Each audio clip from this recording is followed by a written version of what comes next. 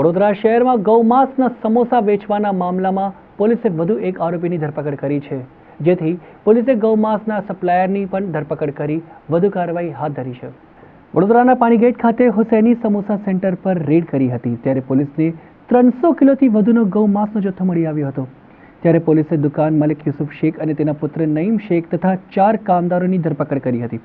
પોલીસે તેમના 3 દિવસના રિમાન્ડ માંગતા કોર્ટે 1 દિવસના રિમાન્ડ મંજૂર કર્યા હતા। તે દરમિયાન આરોપીની પૂછપરછમાં ભાલેજના ઇમરાન કુરેશી ગૌમાંસ આપ્યું હોવાની કબૂલાત કરી હતી, જેથી પોલીસે ગૌમાંસના સપ્લાયર ઇમરાન કુરેશીની ધરપકડ કરી વધુ કાર્યવાહી હાથ ધરી છે।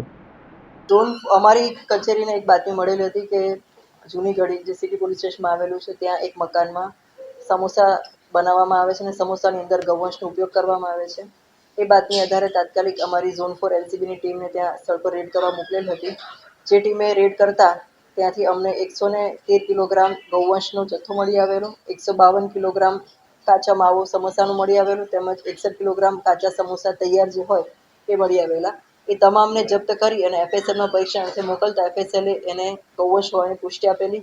જે અનુસંધાને સિટી પોલીસ સ્ટેશનમાં ગુજરાત પશુ સંરક્ષણ અધિનિયમ 2017ની કલમ 8(2)(4) તેમજ 10 મુજબ ગુનો દાખલ કરવામાં આવેલો છે।